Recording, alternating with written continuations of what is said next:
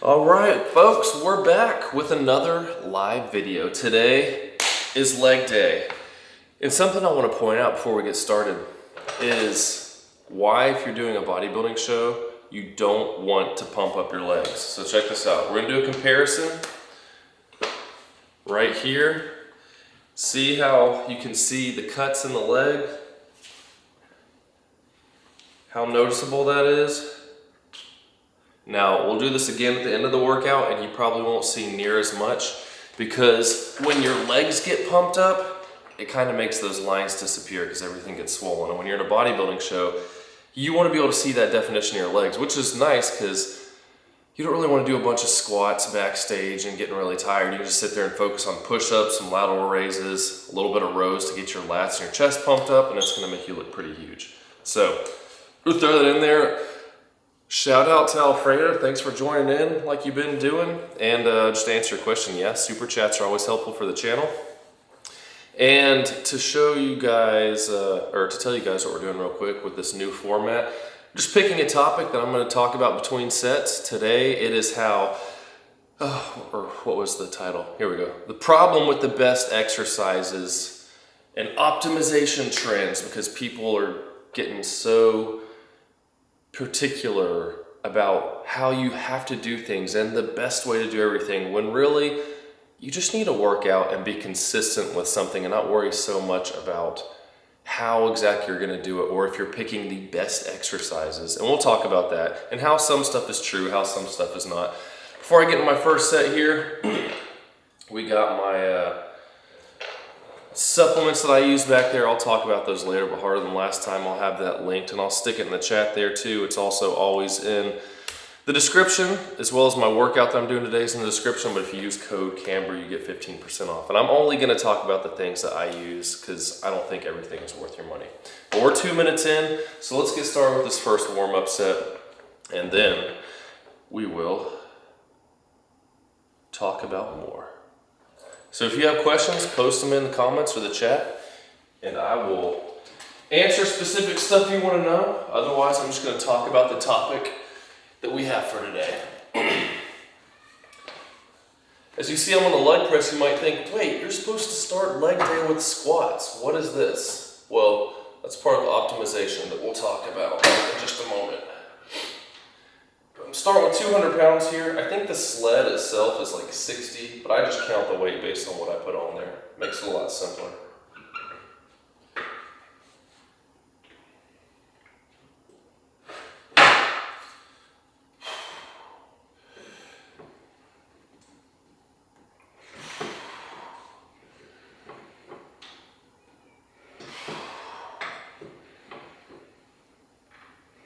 My hips usually feel kind of tight. In my first couple warm-up sets, help me to get full range of motion. Like you'll probably see, I'm going to be going deeper when I get to my working sets. But right now,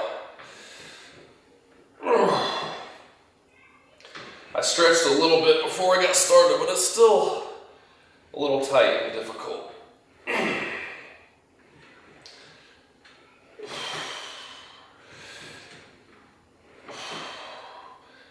Couple sets of calf raises can help as well with getting your ankles warmed up and flexible.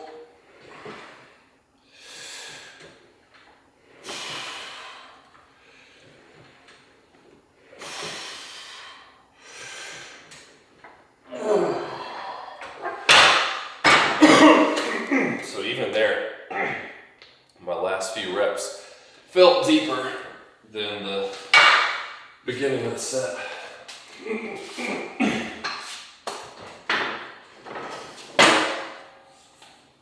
So I start with 200 for a warm-up, throw 270 on there. I do 15 at first and 10 for this next set. And then 350 is my working weight. And I go from there.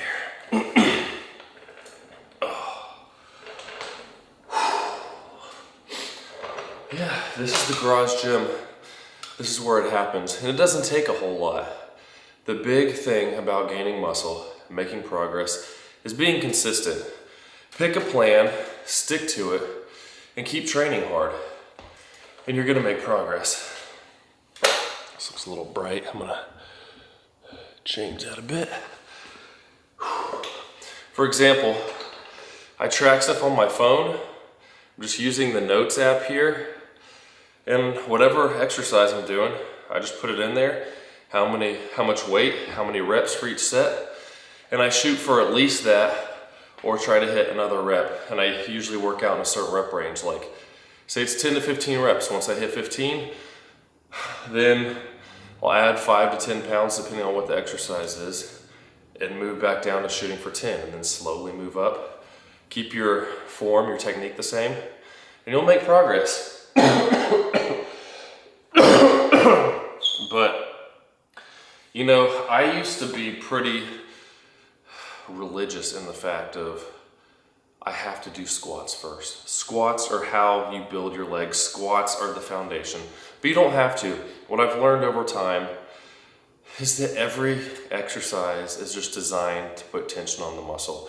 And if one's more comfortable for you than another, go with the one that's more comfortable, the one that doesn't hurt. Because if you enjoy doing it, you're gonna be more likely to continue doing it. You don't wanna just do something and it hurts, but think, oh, I just have to do this. Like, I like doing squats. I enjoy it. But I just hurt my back so many times. And part of that's because I was training for powerlifting and doing really heavy quite often and pushing harder and harder and harder. And the closer you get to your 1 rep max with pushing close to failure, the more likely you are to get hurt. And what I found for me personally is that my back, I'm not sure if it's officially scoliosis or what, but I've had x-rays and my spine curves a little bit to the left, but it's slightly twisted too. And so throwing on 300 plus pounds on my back and squatting down, that's just putting even more torque on that already messed up lower back and hips. Whereas when I'm doing this, I'm kind of locked in and just using my legs, I can feel a little bit of pressure on my lower back, but it's nothing like doing a squat. Because I've gotten to the bottom of the squat and my legs feel fine, but all of a sudden my lower back is just hurting. And I'm like, well, is it worth not being able to walk straight upright for the first couple hours in the morning for weeks on end and not really be able to push my legs hard at all, or just choose an exercise that works better? So yeah, there may be exercises that are more optimal, but is that the case for you? I mean, is getting possibly 5% more gains worth the risk of getting hurt and then not making any gains for a while? All right, here we go. 10 reps, second warm-up set. Speaking of optimization, what I found with leg presses is if you get your feet lower down, you can get more knee flexion before your hips start coming off. Because if you put your legs up high, when you start getting deep, your butt's going to come off, and that will put more pressure on your lower back. If you put your feet towards the bottom of the pad, I get it to where my heels are pretty much touching the bottom, and then you can get your legs way in deep before your butt starts coming off. And the benefit of that is that you can use less weight with a deeper range of motion and get more out of it.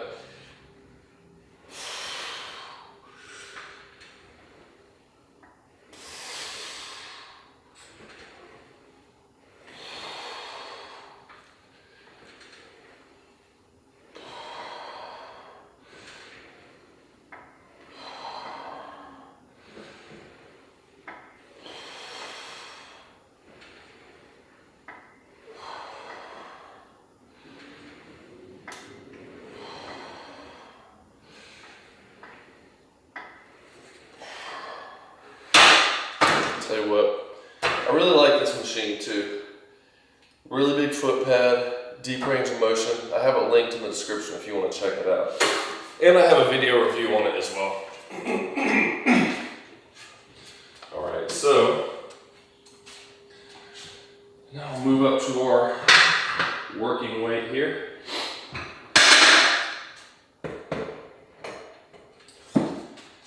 £350.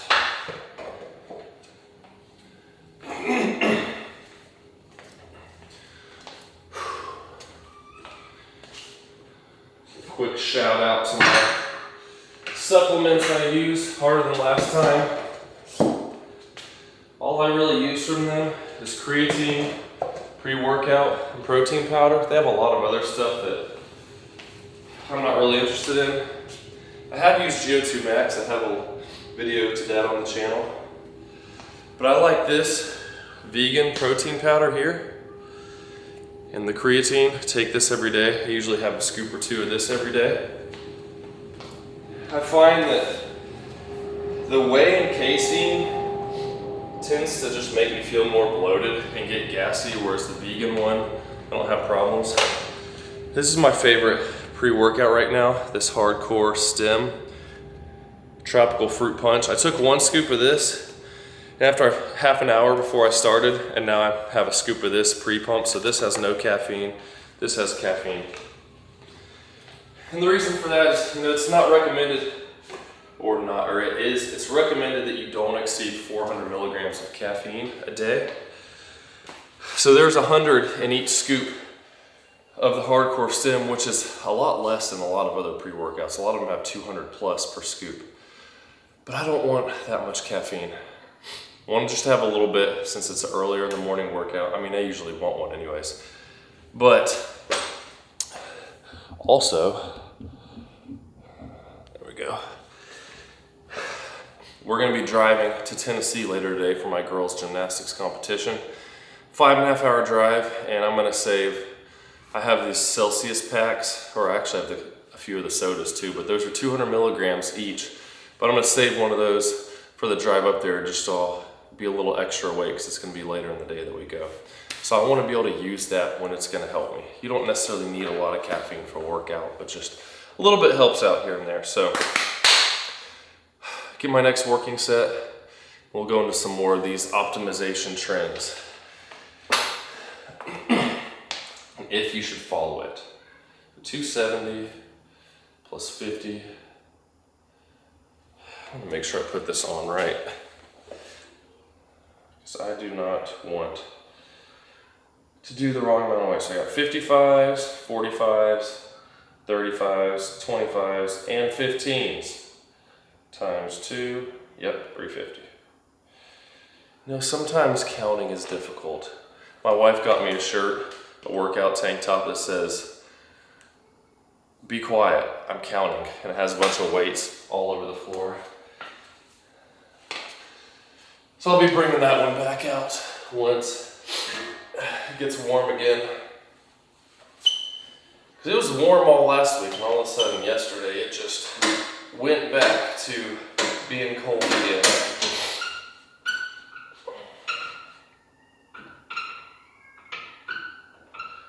Alright. Just gonna try to get as many as I can here.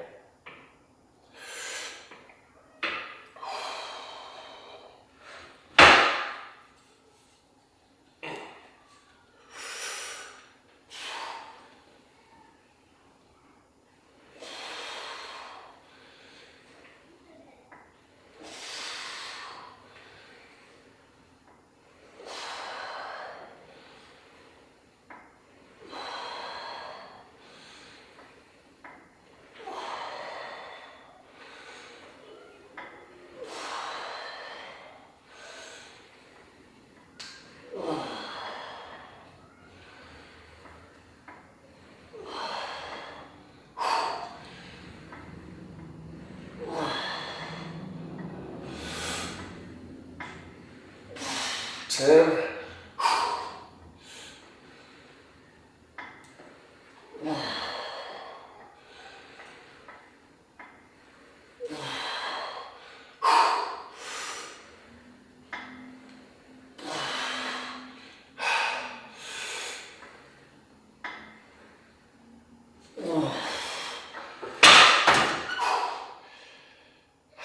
14. Oh man.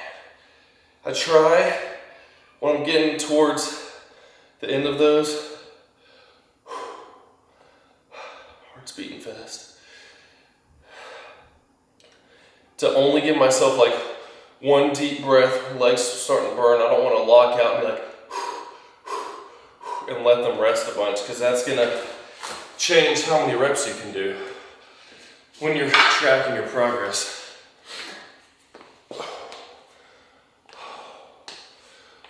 Oh man. It's 14 reps, that's what I got last time. So, that's no big deal, that's good. I hit at least that. I'm gonna see if I can, on my follow-up sets, hit some extra reps. But if you guys are joining in, again, feel free to post comments. I'm gonna be talking about the topic for the day. But as comments, questions of stuff come in, I can pause the discussion and answer your questions. It's more than just talking about fitness topics. I want to help people out in real time. So, based on my own experience and stuff I've done, I want to help you guys out too. Oh, man.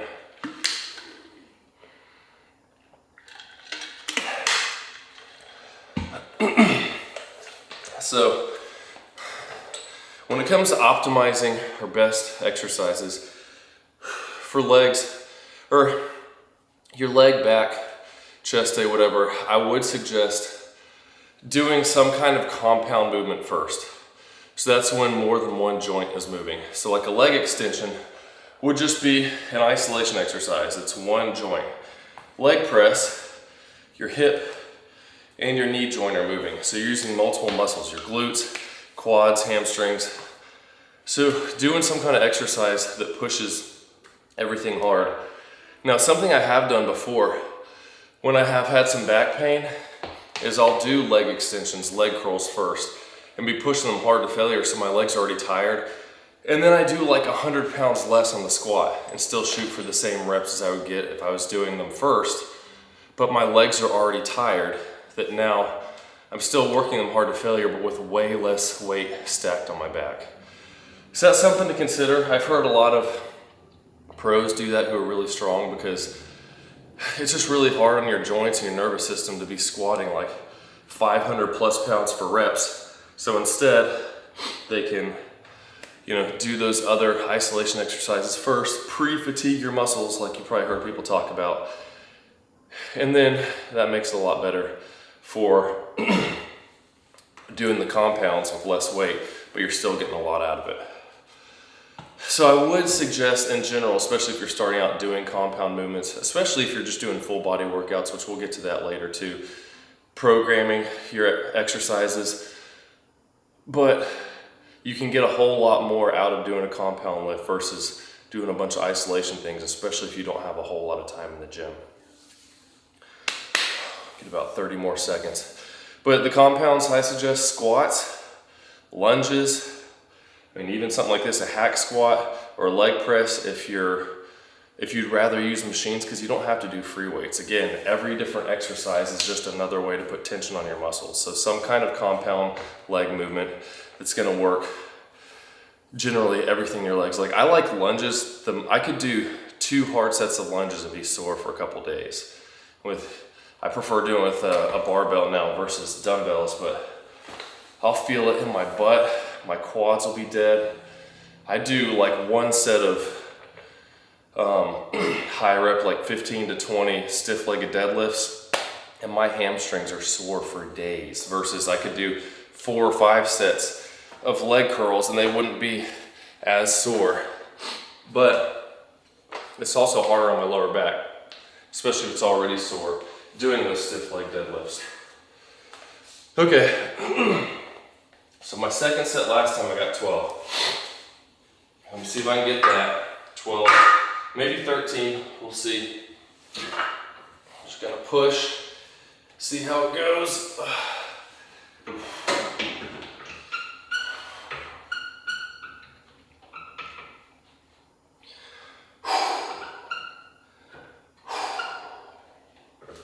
Gotta get in the right mental state before doing these hard leg exercises. Hey baby, what you doing? You can come out here if you want. I don't. You don't want to? I don't. It's my 3-year-old. She's pretty funny.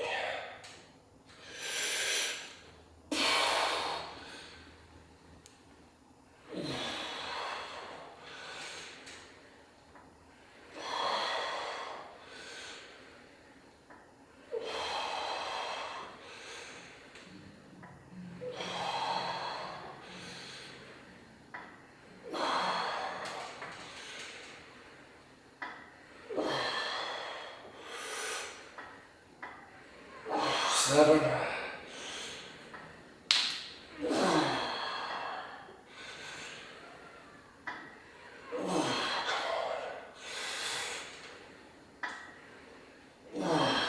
Ten.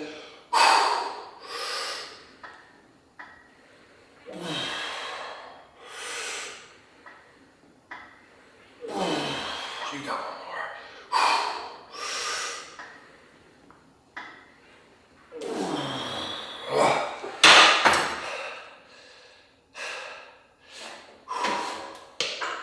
Oh man.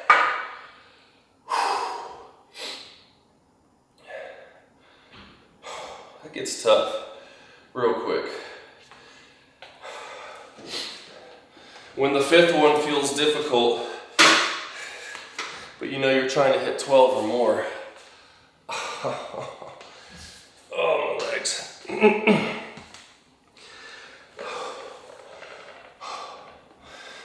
So update that on my log. Got 13 reps.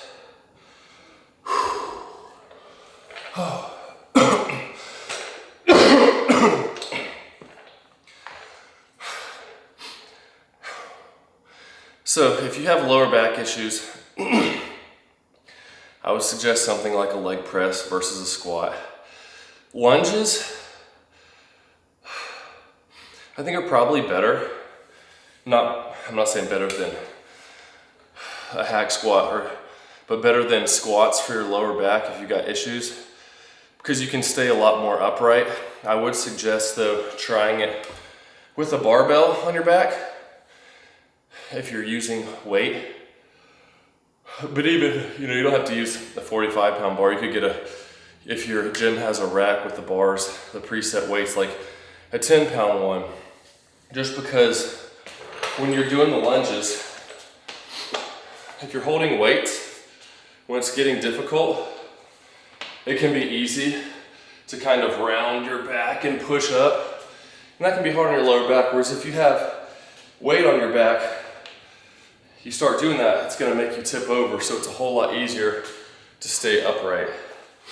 That's why I like doing lunges now with a weight on my back, if I have the choice. Like, I was just in China, in their gym, they have a leg extension leg curl machine. And they had dumbbells that went up to, I think like maybe 50, around 50s, like you'd see in a gym.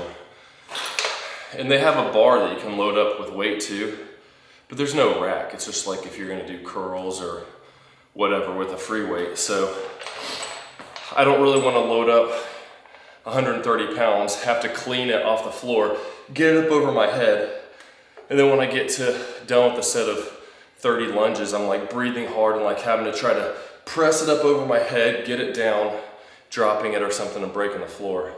So I use dumbbells, but I do suggest using straps if you are gonna do them, because then your grip's not the limiting factor. It's just, they're basically become an extension of your arm, and you can focus on going till your legs fail versus your grip giving out. But let me know in the comments for you guys, what do you think is optimal? What's your favorite exercise for legs or for chest or for back? Because there's so many different, so people say, I can do a lot more with a bench press. Other people, dumbbells, I can get deeper and get a better stretch. And it depends on your own anatomy, what hurts you, if you have pre-existing injuries, if you're prone to certain injuries. Like I have shallow shoulder sockets, and I was doing dumbbells really deep for a while, but it just started getting to the point where my shoulders were hurting more too. And I switched back to barbell for the last couple months.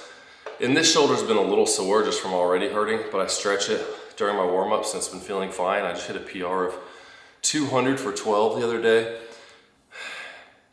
But whatever you choose, consistency is what's gonna build the best muscle. Like I wish in those best exercises video, they say, this might be optimal. It might get you a little bit more gains because you have a little bit more stretch in the quad, or you're getting a little more in your chest. But if you choose pretty much any exercise, go through full range of motion, good form, and you're consistent with it, that's gonna get better gains than just choosing a certain exercise because it's optimal.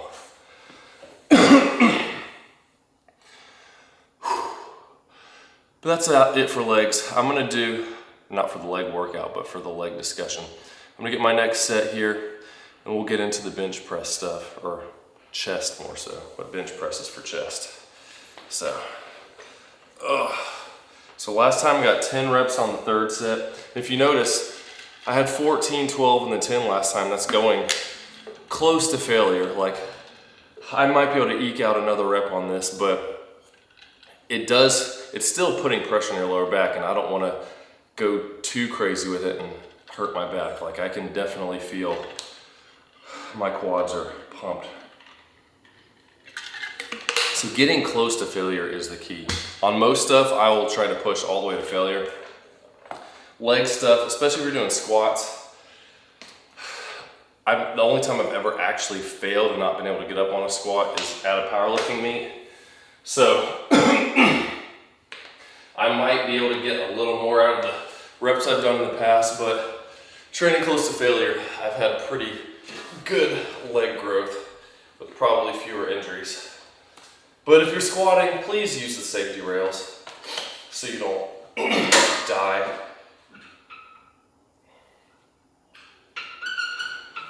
All right, we're gonna get 10 at a minimum here.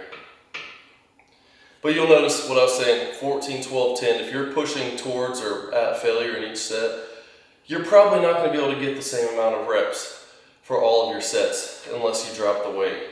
Because if you go to failure, now your muscle's tired versus it was fresh for the first set. And you're not gonna be able to do as much.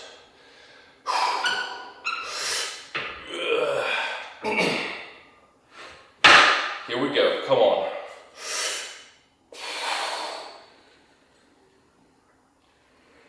The first one feels so easy.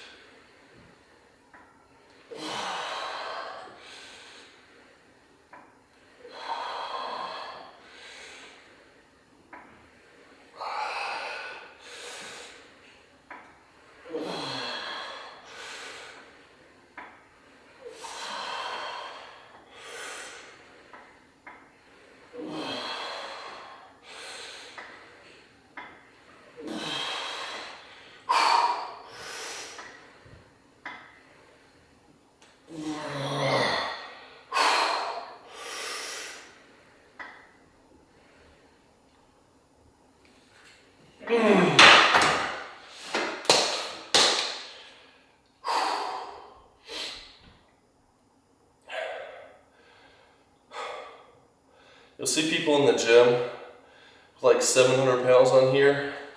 I used to be one of those people, and they're going down like this far. All you're doing is putting more pressure on your joints, your nervous system, and getting the same growth that you could do with half the weight, but going all the way down with less chance of injury. So you're trying to impress other people, or trying to make good muscle gaining progress with lower risk of injury. Ego lifting is a good way to get yourself hurt. If you guys are joining in, again, feel free to leave questions or comments in the chat. Updated my log, and I'll answer what questions I can there. Man. So now I've dropped down to 320. I'm doing a drop set here, so 320, and then pulling the 35s, and so it's 250. Last time I got 12 and 10, so we'll see what happens here. Man, these are tough. Give myself a few minutes here so I can push hard. So, optimal training for your chest. Again, what's optimal is what you're gonna like. and what you're going to continue doing because you enjoy doing it. It's getting brighter out.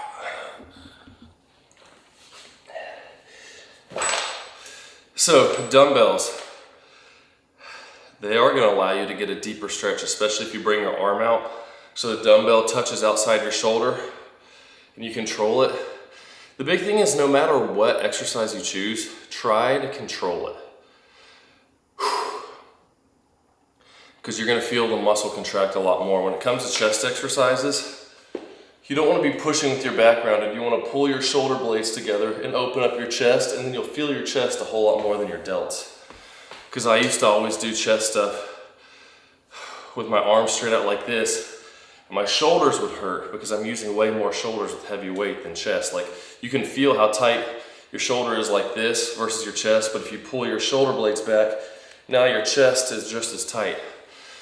And once you get used to it, you'll be able to start lifting more because you're using this big chest muscle versus just your shoulder. Now, something I would suggest trying if you're prone to ego lifting, you're getting on the bench, just slamming the weight down and you're worried about what people think because, oh, you're only lifting 135 when someone else is doing 205. Try a machine.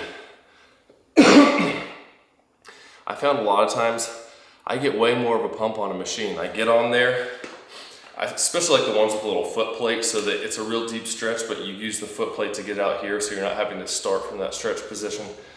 But you get your shoulder blades back like that and just focus on controlling it down and push. Man, my chest will get so tight doing those because you're just focusing on that motion. You're not worried about what people think. There's no ego lifting because you just got a weight stack there. You're just doing what you can do. And that might be a good choice for you if you're prone to ego lifting, so maybe try that out. But whatever you do for the chest, whatever that compound movement is at first, just try to control it and you'll get good progress. I noticed as well for me, if you get hurt, when one of my shoulders was hurting, I couldn't bench press for like a month. But I would just go to the gym and do like 10 sets of a pec deck machine because it didn't hurt my shoulder at all. Same thing, pinch shoulder blades together. And I was able to maintain my chest through that injury. So just because something's hurting, don't just completely give up. Yeah, you might not be able to make progress during that time while it's healing, but you could still maintain what you have if you can find a variation that works without pain. So try not to get in the all or nothing mindset where it's, I gotta do my program a certain way, but, well, now I can't do it the way I planned, so I'm just not gonna do anything. Well, that doesn't make sense. Just because my shoulder hurts doesn't mean I have to stop doing my legs or my back if it's not affecting that stuff. And then find variations and workarounds for whatever chest exercises you want to do.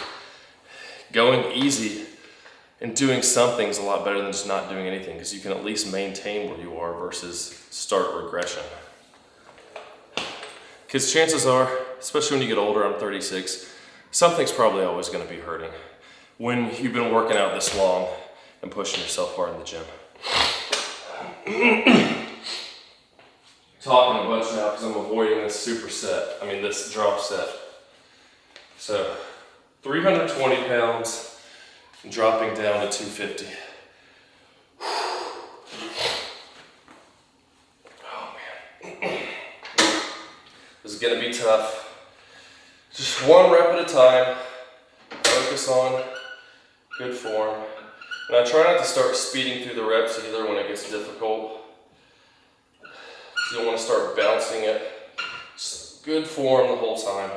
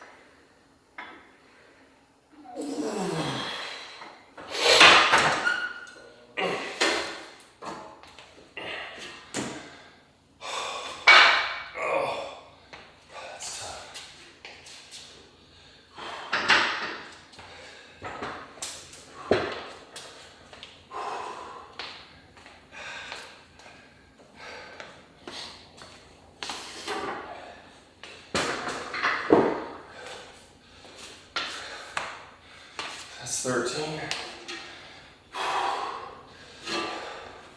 And now we keep going.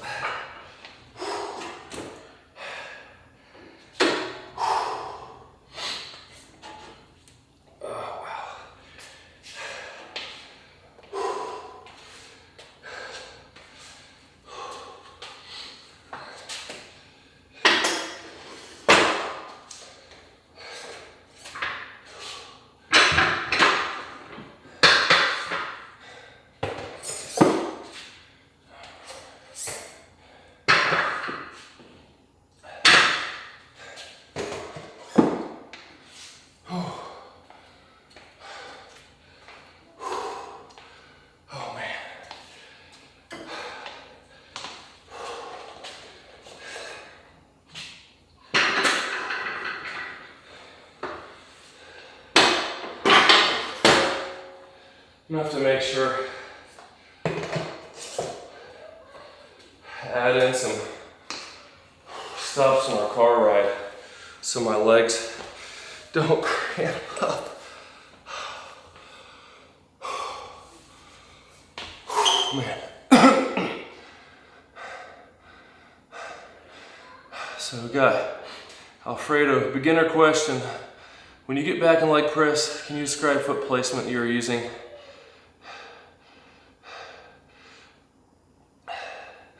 Looks like toes not making contact.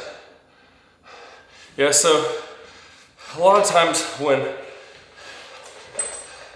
when I get to the top, I just kind of like move my foot around. And these shoes, they angle up some. They're pretty flat. But yeah, my toes might come up a little bit at the top. Ideally, just like with a squat, leg press, hack squat, whatever, I try to focus on pushing through with my whole foot. At the top, I'm usually like just kind of moving my toes, shifting my feet around a little bit, just minor adjustments. But ideally, especially at the bottom, if you get really deep, your heels might start coming off some depending on how good your flexion is. I would suggest only going to where they're about to come off as you're starting so that you're not putting extra stress on your lower back and you can focus on pushing through your whole foot and not just your toes, because my heels are coming off some, but as soon as I get back to that position, my heel's hitting and driving forward with my toes. But you don't want to get back and then be pushing up with just your toes. You want to push through your whole foot. And my pad here, it's adjustable too. So rather than being right at 90 degrees, I have it forward slightly so I can come back further before my heel comes off. So whereas my foot might be like this and it starts going like that, instead my foot's kind of like that to start, so I can get back to where my heel would come off if it was at 90 degrees. Most leg press machines, you don't have the option of changing the angle of the foot plate at gyms. But with this thing, that's something I like about it too, is being able to change that angle so I can get deeper.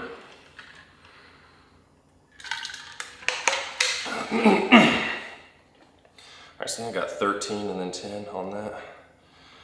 Or was it 11? Can't remember if I got 11 on the, I think I only did 10 with 250. But yeah, ideally, you want to push through with your whole foot throughout the whole movement versus changing the placement of your toes. or like pushing. You don't want to push just your heels to where your toes are coming back either, using your whole foot.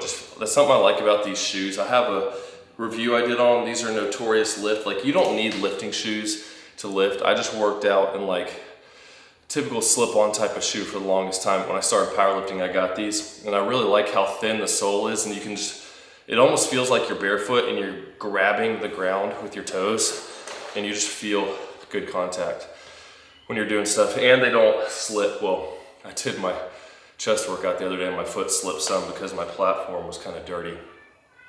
But if it's clean, these things are not going to slip. They're really, have really good grip. So let's move on to some back stuff for the discussion. I forever always started with the deadlift, going like, deadlift, it's a man exercise. You got to do that. It's just required. You do deadlifts. That's just what you do at the beginning of a back workout. And deadlifts are good. Like, when I've done my 1 rep maxes at competitions and stuff, my entire back is sore the next day from pulling so much weight. So it goes to show you are using a lot of your back when you're doing deadlifts. But I never actually felt sore from deadlifts, aside from my lower back some, and not like a muscle sore, but like just kind of painful sore for a couple of days. Versus, you know, doing rows, doing bent rows, I feel it way more in my lats than doing deadlifts. You know, I would do like bent rows. I mean, I would do deadlifts and lat pull downs and some kind of like dumbbell row. And I would be kind of pretty fatigued after doing heavy deadlifts, like 4 or 5 sets, and then going on to the rest of the stuff. Like I said, every exercise is a different way to put tension on your muscles. So do you have to do a deadlift? No, you don't. You can develop a big back without ever doing deadlifts. Just doing rows.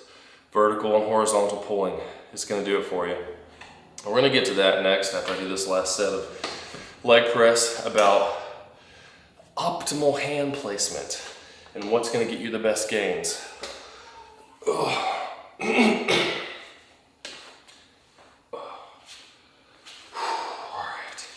legs are getting so tired. After I get done with this set, we'll check out the difference in with the leg pump, how all those cuts are not very noticeable anymore.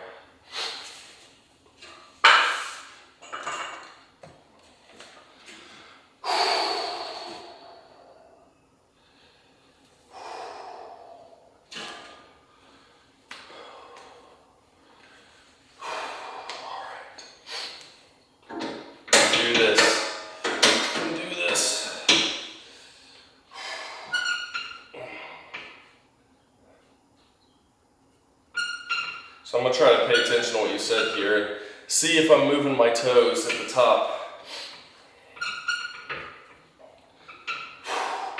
And ideally you want to keep your back, you know, I try, like, you want to start leaning forward as you're pushing, but you want to keep your back straight when you're doing pretty much all your lifts. I'm trying to think about keeping my back straight on here as well.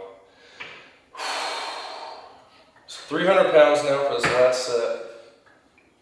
Just however many reps I can get.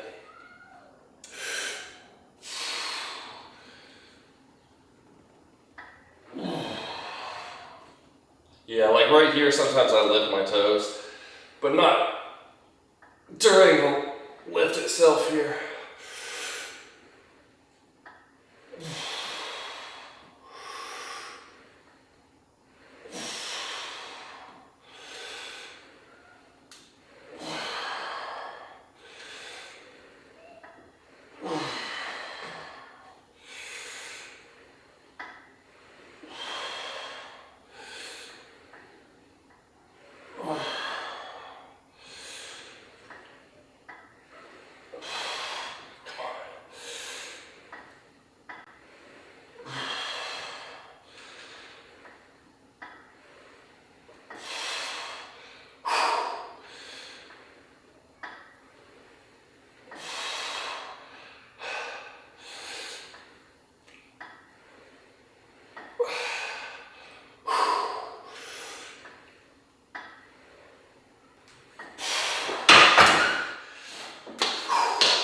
I think that might be a little tick or something I have, Because the second half I noticed on the top of each rep, especially my right foot, I would kind of like move my toe up and just kind of move it around. I don't know what that's about. Ugh. But I feel like I didn't do that till I got to the top, like you were saying.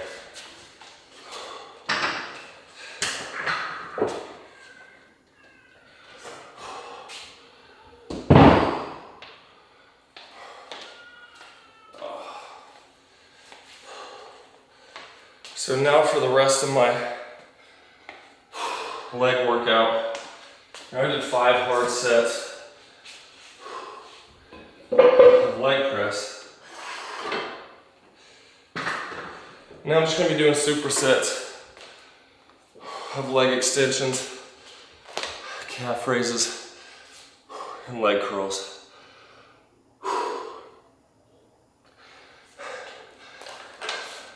I think I got 14 on that. The way I do it,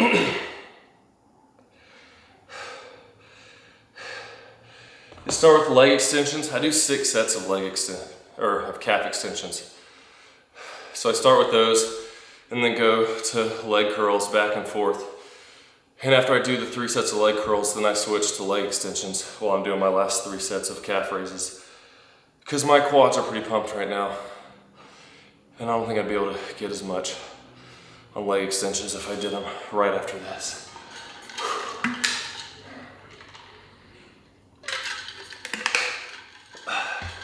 Let's see that quad check real quick. See the difference? Can't really flex. I mean, I can flex them, but compared to earlier, you can't really see any definition because they're so swollen. So if you're doing a bodybuilding show, don't pump up your legs. Maybe your calves, you know, you get some calf raises in there that'll help them get a little blood and get the veins around them to pop out. But leave the quads alone. All right, get a set of 20, these calf raises. Again, if anyone's joining in, welcome. Feel free to leave questions in the comments section and I'll answer what you got there. With the back exercises, you'll hear all kinds of debates about, oh, should I do a neutral grip? Should I do supinated grip? Hands forward, hands back? You know, what's optimal? Try the different ways and see what makes you feel your lats more.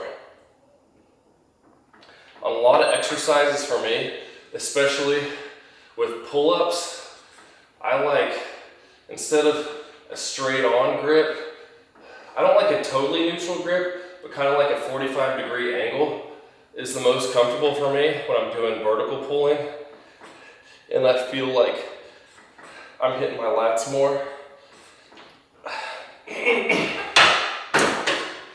And if you're not aware, when choosing your back exercises, I always try to do one horizontal pulling motion and one vertical, because you're hitting your back in a couple different ways. With the horizontal pulling,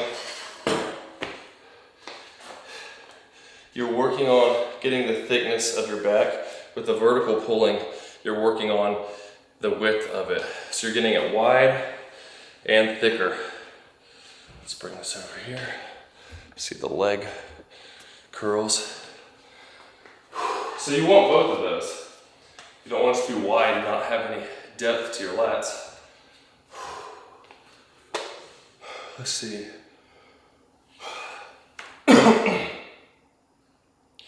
Actually, I'm gonna do 105 pounds. Move up and weight a little bit for 20 reps.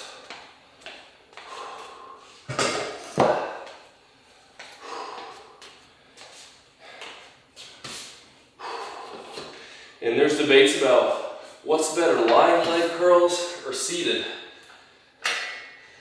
What do you like better? What are you gonna do more? Because it's comfortable for you and you enjoy it. Like, that plays into the equation. I think I might need to put some oil on this thing.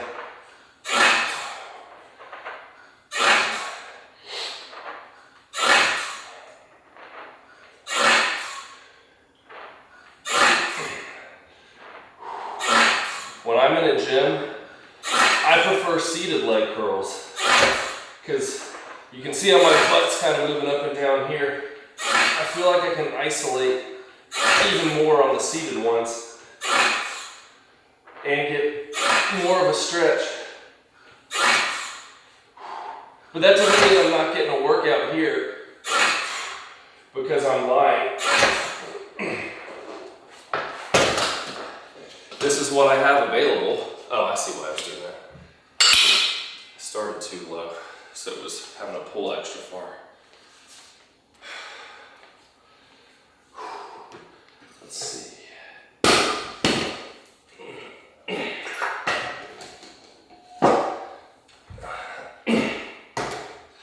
35, 45, 55, 60. I'm gonna be doing 160 today.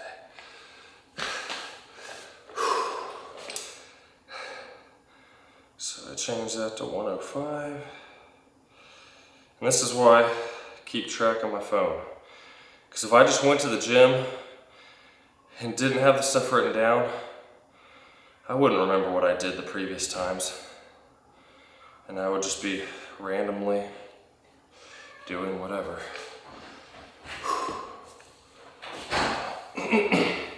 Hello? Might be my 3-year-old again. Alright, so next set of calf raises. Oh, but with those grips, what I was saying, I feel less stress on my biceps when I do pull-ups like this. But then, like, for rowing, what's optimal? Bent rows are great for your back, making it bigger. But it hurts my lower back to do heavy weight like this, even though I feel it really good. And I don't want my lower back to be hurting. You see a lot of people with like 300 pounds and they're just like this, and it's like you're not really doing a whole lot. You use less weight. And that's why I got that seal row bench, and it's been helping a lot because I can do the barbell rows I like without all the stress in my lower back. But there's other options. Like, what's optimal for me, I like going to the gym and using like seated chest supported row machines where you have a grip in each hand. I can stretch really far forward and then pull back and get a crazy lat stretch and pump, and then same thing, all the way forward and then pull it back. That would be optimal for me and what I like doing.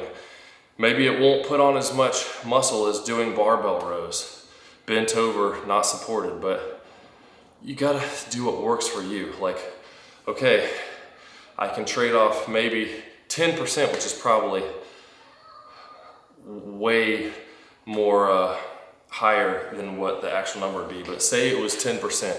I can get 10% better gains by doing it this way, but I might hurt myself because it's not good for me, or I just don't enjoy it and I'm not gonna stick with it. Or if I get injured, I can't work out for a while and don't make progress. So like, find something that works for you and stay consistent with it and push yourself hard. And that's gonna be way better than doing what some person online tells you is the optimal way to do it. So you got 17 on here before. Let's see if we can get 17 or 18.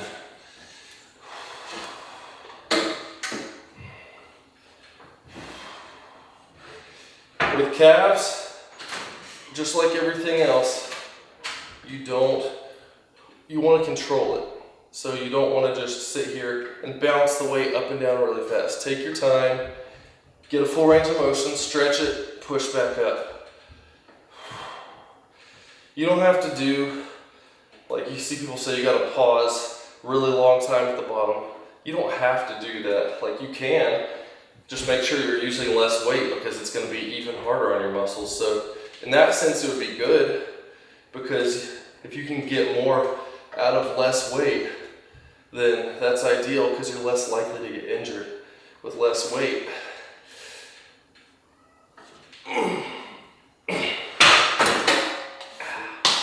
Ooh, my calves are burning. But like, I don't know if you ever heard of Eric Janicki. Dude's massive. He's obviously on steroids and other PEDs. But he has some of the wonkiest looking exercise variations I've seen online. Like, he's doing some kind of, got a bench and like holding a heavy dumbbell to hold himself down while having a cable machine and like stretching some crazy amount and then doing last stuff like this because I get the most stretch possible like this. But yeah, you're also taking a bench that someone could be using for some kind of dumbbell pressing or whatever, taking it across the gym to a cable machine and using half the machine and doing these 3-minute sets with each arm. So you're taking what, 5-6 minutes to go through a full set and then resting and doing that 3 or 4 more times. You're using all that stuff for over 20 minutes when other people can't use any of it now. So it gets people's attention because it's different and he's jacked, and so it's like, oh, this must be what I'm doing wrong, what I'm missing. But like, guys have been doing the same exercises, squats, bench presses, pull-ups, rows for 50 plus years now, and guys were huge back in the 80s. Not as big as guys now, but that's not because they found more optimal exercises, because they're on more drugs than the guys used to be. So you stick with the basics with good form. You don't have to do all this silly, wonky stuff. Just find what you like. I prefer doing stuff that you do both sides at the same time. Like, I see people get on a leg press and do one leg at a time. I'm like, okay, I mean, you think you might be fixing imbalances, but if you're doing a set of 15 to failure with one leg, you're gonna be tired when you go to the other leg, so that's already gonna be limiting because you're tired, and it's gonna take twice as long, not more than twice as long, because you gotta rest again between the next set with your other leg.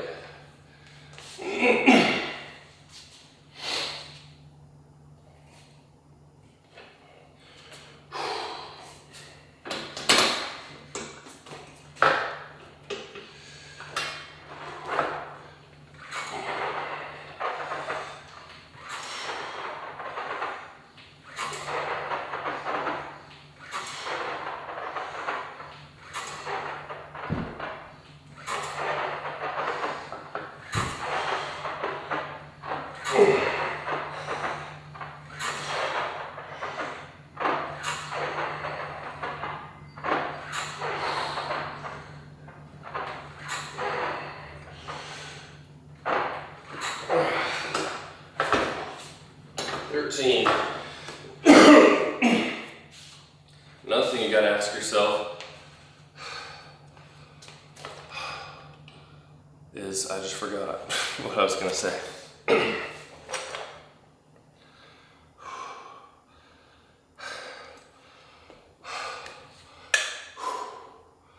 we're talking about all the long, oh, actually, I saw this more when I was eating breakfast.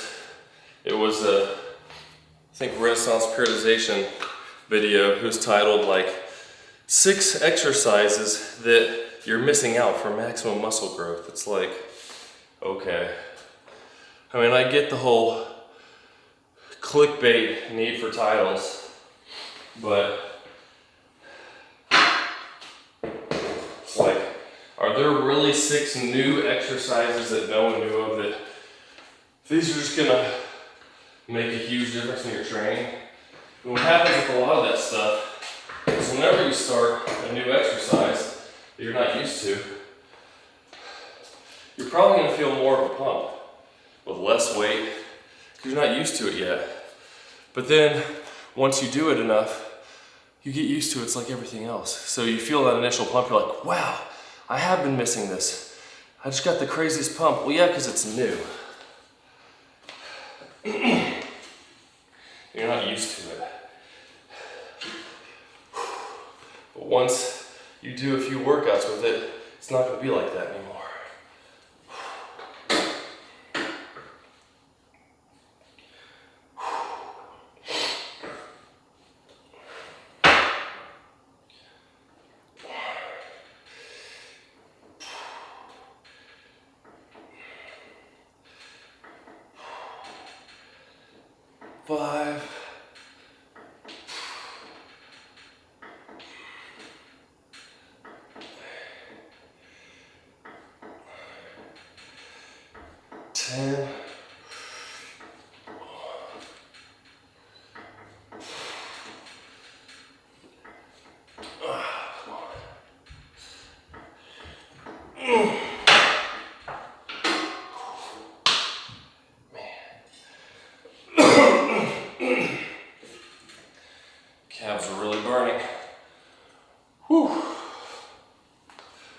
close to the end here. Just got one extra rep on those today. That was cool. And it's good to track stuff because you can see your progress over time. I remember feeling like, oh, my bench press has been stuck at like 200 pounds forever, it seems like. But then I look back and 3 years ago, I was only able to do like 155 for the same rep. So it's like, oh, well, you know, 155 is like a warm-up weight for me now. So that's cool. So it helps you keep perspective. You know, we talk about back and all that. Same thing with arms. Like, people say, oh, you know, dumbbell curls aren't good because you can cheat versus using a barbell, you cheat less. But, well, now you can, you know, preacher curl, that keeps you from cheating. But even then, I've seen people get on there and rock their whole body back. Like, you're only going to cheat on something if you have bad form in the first place. If you're focusing on good form, then that's not going to be a problem for you. Like, one of the exercises they said in that video this morning was for your shoulders, lying down on a bench, holding a dumbbell like this, and doing lateral raises across you, because you get more tension at this part of the lift, which is the most important, versus doing standing lateral raises like this. Yeah, I guess you could say that. But how much of a difference is it really going to make? Because now, again, I'm taking a bench that someone else could be using for something where you need it, like a bench press, where I could just stand there and do lateral raises with dumbbells, and I'm still going to get a lot out of it, especially if I use a weight I can handle and come up really high and control on the way down. Your shoulders are still going to get big from that. They're going to get tired. Or I could take over twice as long, laying down, doing this whole sideways thing, taking up equipment that people could be using. If you've got your own home gym and it's not going to affect other people, you know, whatever.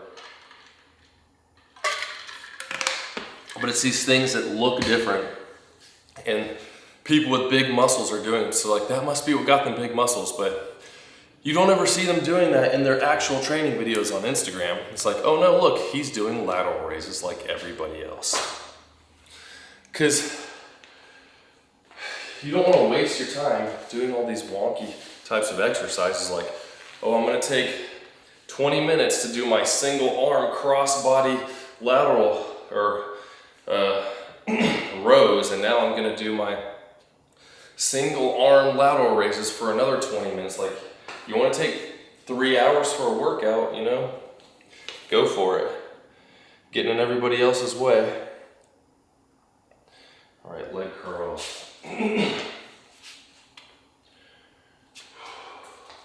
Do a drop set here.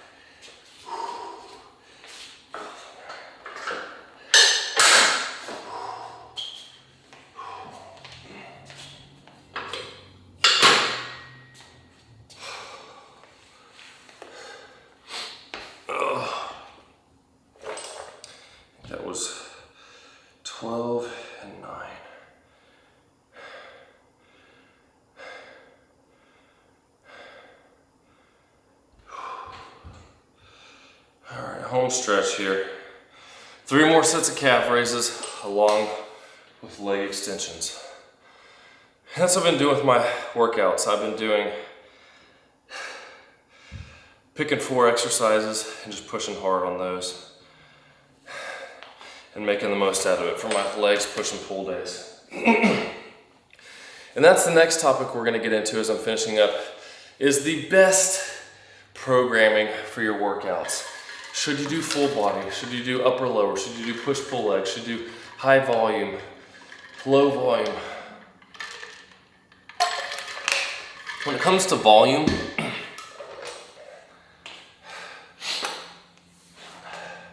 ideally, from all the research and stuff, you want to try to get 10 to 12 hard sets per week per major muscle group. So if you're on the lower end of that of 10, you could do 1 workout a week for each main muscle group and get 10 hard sets. Like with this, I'm doing 5 on here, and then I do another 3 on there, so that's like 8. So twice a week, that's 16.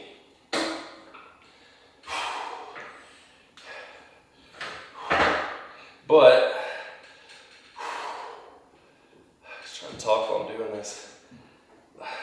If you're closer to the shooting for the 20, you might want to change up how you do your workouts some, because doing a couple full body workouts while trying to hit 20 hard sets a week per major muscle group, it's going to be pretty difficult.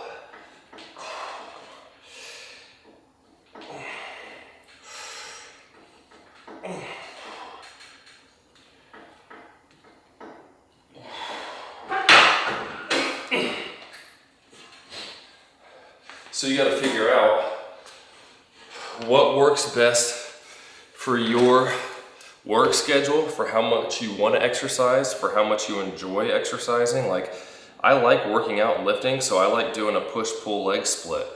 Now that allows me to get more focused training on various muscles. So like, if I was doing a full body workout, I'd probably just do the leg press or just the hack squat. I'd still get like 4 or 5 sets and do full body a few times a week. So with the full body, you know, you do 2 or 3 times a week, you can hit all those major muscle groups between 10 and 20 reps. Hard sets, not reps, hard sets per week. But then, if you go to if you have 4 days a week, you could do an upper lower. So now I'm doing legs on one day, chest and back on another day.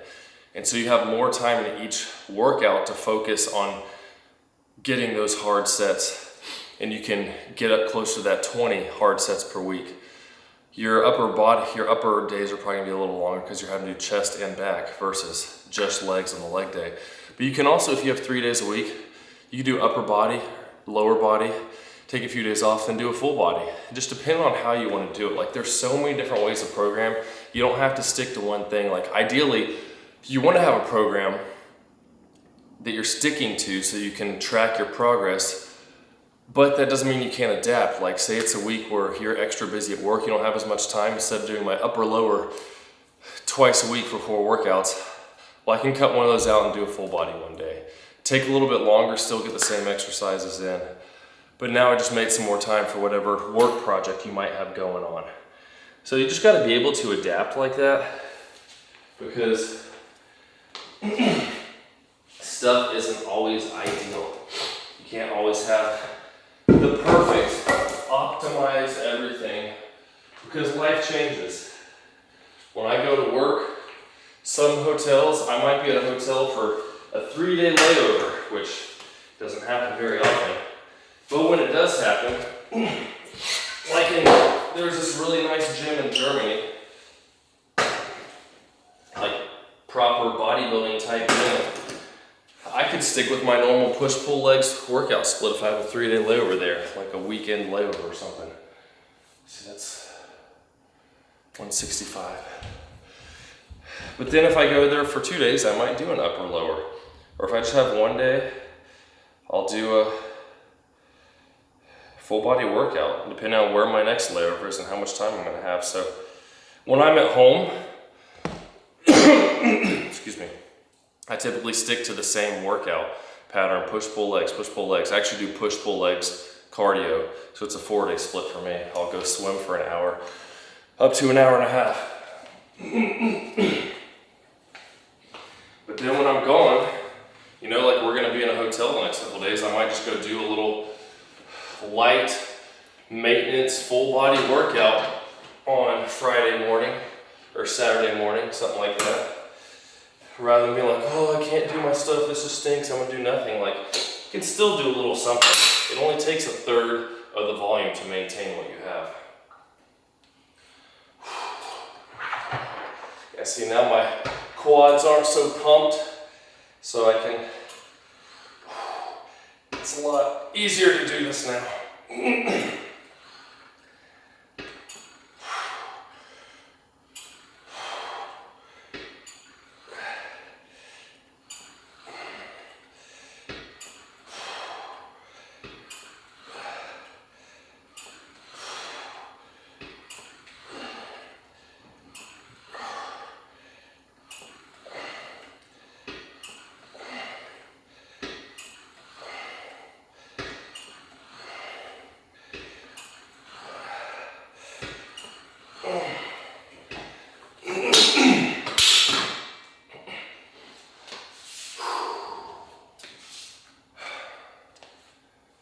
That's 20.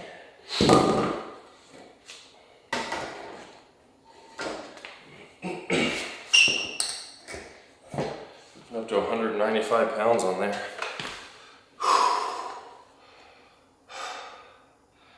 Getting towards the end here. If anyone's joining in, feel free to post any questions you have about diet, training, supplements, whatever. Be glad to answer your questions and help out.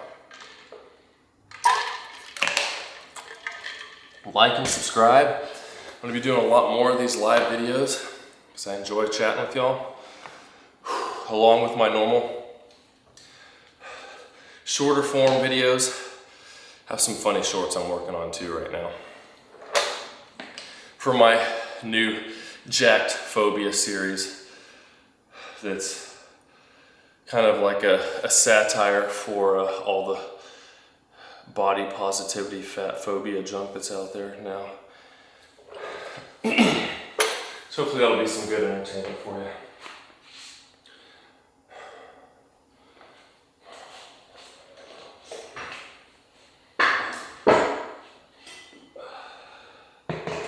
Drop this down to 300.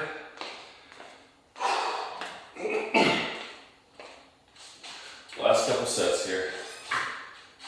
Just gotta push through to the end.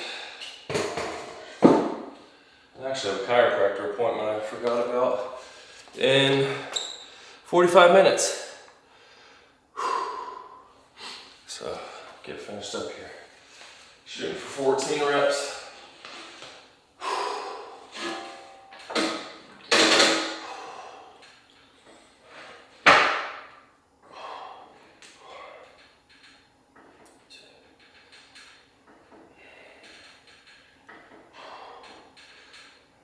Five.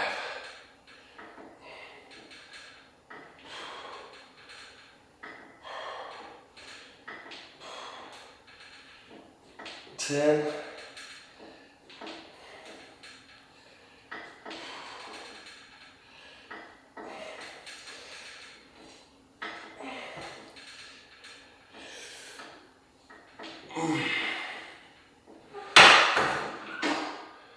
'Rule of thumb, if you're not making weird faces, you're probably not pushing hard enough. No, you don't have to make weird faces, but typically if you are, you're probably pushing pretty hard. All right, so that was 15.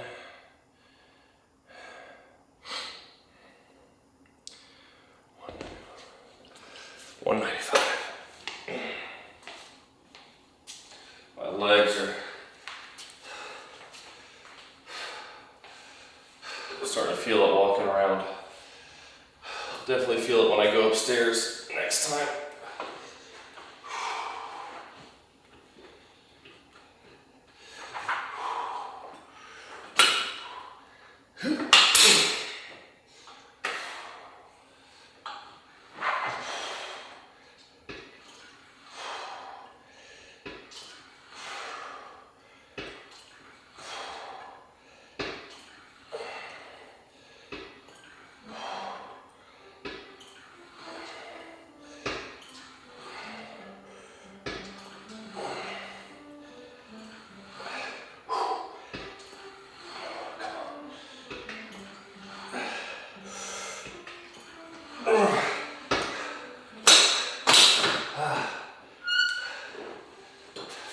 Something I like about this leg press machine. Can anybody hear a Wayne Manger playing? It's my daughter on the piano. Is this allows you to get further back and get more of a stretch, which all the science they talk about, the more stretch you can get, the more you're going to get out of it. I did see a cool ad, something I might try out. This pad you stick on a leg extension that brings your legs back even further, that helps you get more of a stretch. Yeah, Alfredo, thanks for the super chat, appreciate it. Yeah, for sure. And feel free to, if you're watching back later, feel free to post comments, because I get those notifications on my phone, so if you have a question about something, I'll pull it up and answer your questions there.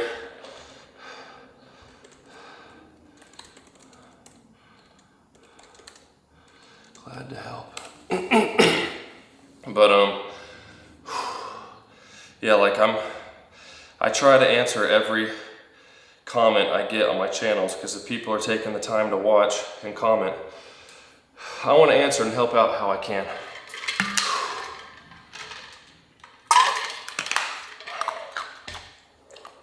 Hey Gabby, thanks for joining in. I'm gonna get this last set of calf raises, and I'll take a look at your question.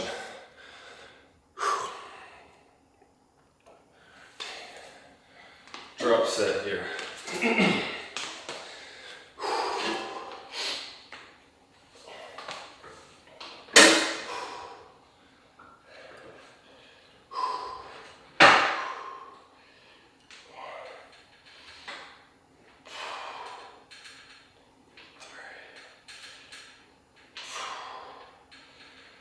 5.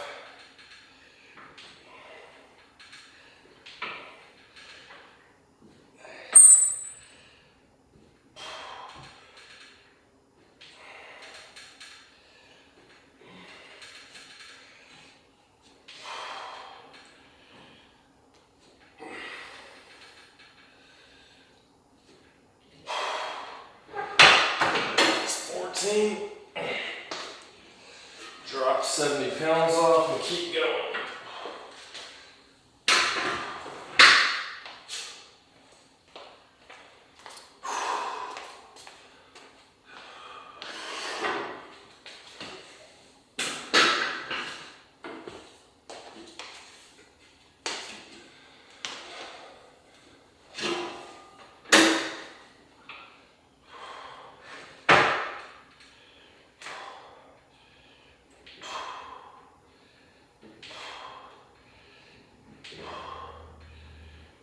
Five.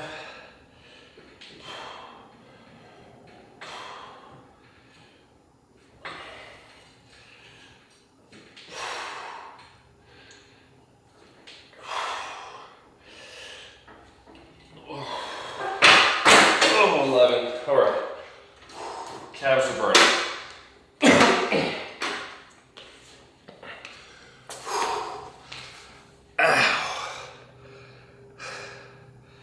Write this down real quick, Gabby, and I'll check out your question there.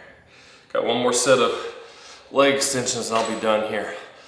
So Gabby asked, 5'7" female, 17.5 BMI, how can I strengthen my 4-pack? So I'm guessing you're talking about abs, like how to strengthen them. I guess, Are you talking about in a sense of being able to see your abs more, or just literally getting stronger in them? Because, I mean, crunches you can do. I mean, I literally never do crunches. Sometimes I'll do some leg raises, but very rarely. Like, doing compound movements to see them more, okay, yeah. Because when it comes to just building your abs, like,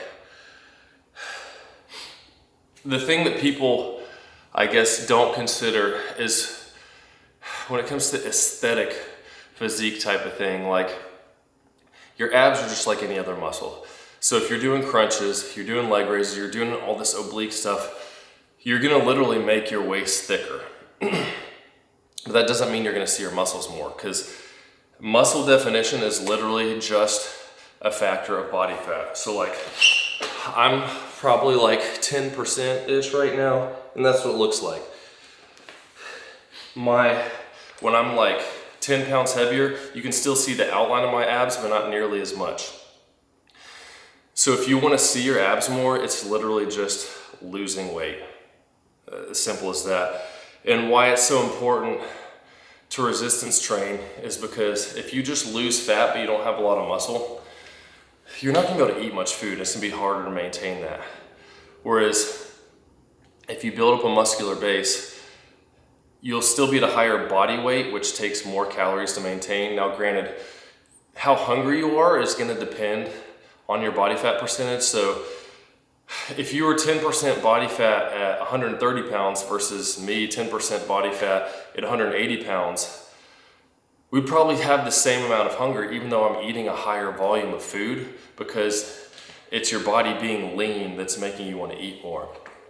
But when you gain that muscle, you're able to eat a higher volume of food to help keep yourself satiated. Like, I was 158 back in 2020 when I started working out hard. Now I'm around 183, so that's 25 pounds difference. I was eating like 2,100 calories a day for maintenance. Now it's around 3,000 for maintenance. So yesterday morning for breakfast, I had to fast till almost noon because I was doing a blood test. So I went and I got Chick-fil-A for breakfast and had a burrito and an egg white sandwich, and it was like 1,000 calories with like 70 grams of protein. But that 1,000 calories 4-5 years ago would have been half my daily calories. So then I'd be like probably hungry a lot of the rest of the day because I'm having to not eat as much to maintain my weight or amount of leanness, or just eating really small portions, whereas it was only 1/3 of my daily calories yesterday. So it's really just a factor of losing body fat, and the way you do that is by being in a calorie deficit. You just have to know how many calories you're eating on average a day and eat a little less. I wouldn't suggest doing a high calorie deficit. 500 is usually the max I'll tell people to do, because you'll lose a pound of fat a week. It's not too hard to sustain if you find the right types of recipes that keep you more full, lower calorie foods that are high in protein, high in volume. I have lots of videos on the channel that can help you out with that. If you check out my playlist, I have all kinds of recipes I make that I eat every day. I eat lots of like Greek yogurts, low-fat Greek yogurts, cottage cheese. Those are for snack type of stuff. Protein powders, I mean, they're low in calories to get your protein. It's not necessarily gonna fill you up, but I'll usually mix this in with oatmeal and stuff like that. And just lean meats like chicken breast. There's a lot of stuff on there. I'm not thinking straight because I'm getting tired now when it comes to the recipes, but I have lots on the channel. But yeah, that's what it is. Just calorie deficit, lose the fat, and you'll be able to see your abs more. Try to be resistance training hard, eating enough protein to build muscle so that you won't just waste away and be super hungry, but be able to see your abs.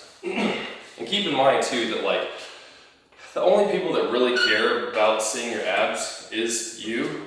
Not that I'm saying that you shouldn't shoot for that goal or you want to look a certain way, but most people probably aren't really going to care that much. So don't beat yourself up over it if you don't have a shredded looking six-pack. Especially, it's harder until you get into a pattern of what works for you, for your lifestyle, the types of foods you like and whatnot. But I have lots of videos on fast food restaurants too, lower calorie choices that I choose. Like there's only a handful of like 2 or 3 places that I'll typically eat fast food because they have stuff that I know is actually helpful for my diet. last set here, then I'll check out your last few questions before I gotta get ready to go to the chiropractor.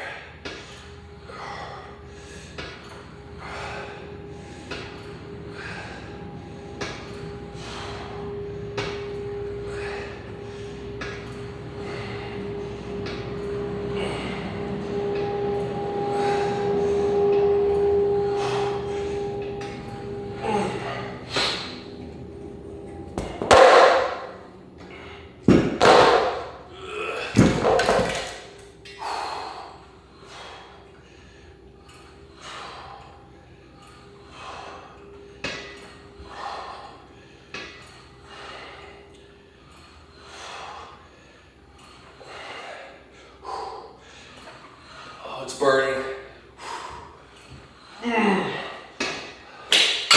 Ow. That gets tough when it starts burning. Oh, goodness.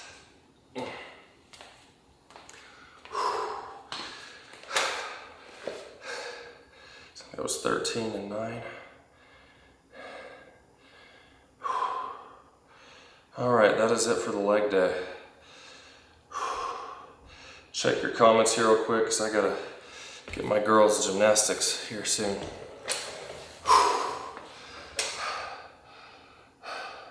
Currently 110 pounds. How many pounds should I lose? I mean, I can't really tell you without knowing what your physique looks like. It depends on your body fat percentage. But at 5'11", or sorry, 5'7", I'm not sure what.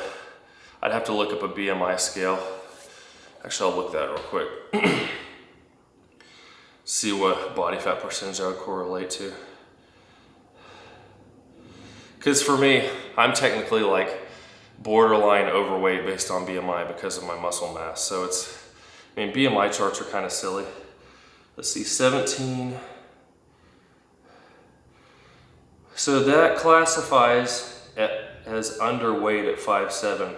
So it sounds like you're already pretty lean. So I honestly wouldn't focus on, I mean, especially being 5'7", 110. Like my wife is 5'4", I think. And she was around 110 when we got married. And looking back at pictures of her, she was way too skinny. Like her face kind of looked like me in a bodybuilding show. She looks a lot better with 10 more pounds on her. So I honestly, I wouldn't try to lose more weight. I would focus on going to the gym and resistance training hard 3 or 4 times a week. And I've got different programs on that too. If you have questions, post them in the comments and I can leave stuff later. But building up a muscular base is gonna help you overall to be leaner and more toned. You're not gonna get massive, but you'll have the tone looking muscles that girls typically want more than looking jacked. So I wouldn't try to lose, I definitely wouldn't go under 100 pounds at your height. Like, you don't wanna look anorexic. You wanna look fit. And you don't need, I mean, honestly for girls, like guys, it's like the superhero physique. You gotta have abs to look good based on society. But for most girls, if you're just lean, like you don't even need to have ab definition. If your stomach's pretty much flat, like guys are gonna be attracted to that. I mean, you don't have to be super shredded or anything like that because you start getting into stuff like being amenorrhea, losing your period, that's not healthy. Like if you're getting to the point where you're so lean that negative things start happening to the normal function of your body, then that's a sign that you probably shouldn't be that lean. So I would just train hard, try to build up some muscle. It'd be a lot more healthy for you. And just slowly work towards changes. Like pick a plan, stick with it for like 6 months, take before and after pictures, see, okay, what do I need to adjust now? Because people want instant results like that, but that's not how it works. You got to take time and see. Like I didn't, yeah, for sure, glad to help. Like I didn't, if I was to look at myself in the mirror between 2020 and 2021, I wouldn't have thought I looked much different. But because I took pictures before and after, I had gained like over 10 pounds. I was like, wow, my legs got huge. I have more muscle definition. And then looking now between 2024, the last time I took pictures in 2020, it's a huge difference. So you don't see them because you see yourself every day and you don't see the small changes, but you look over 6 months to a year. That helps motivate you to continue with what you're doing. So that's what I would suggest. I gotta get going. Thank you guys for joining in the stream. I'm probably be coming back I don't know yet. We're gonna be coming home Saturday, so I may do an evening stream depending on how we're feeling, what time it is when we get home, or it may be Sunday afternoon after church. So keep a lookout. I'll post when I'm gonna be doing my next one, and I'll see y'all soon.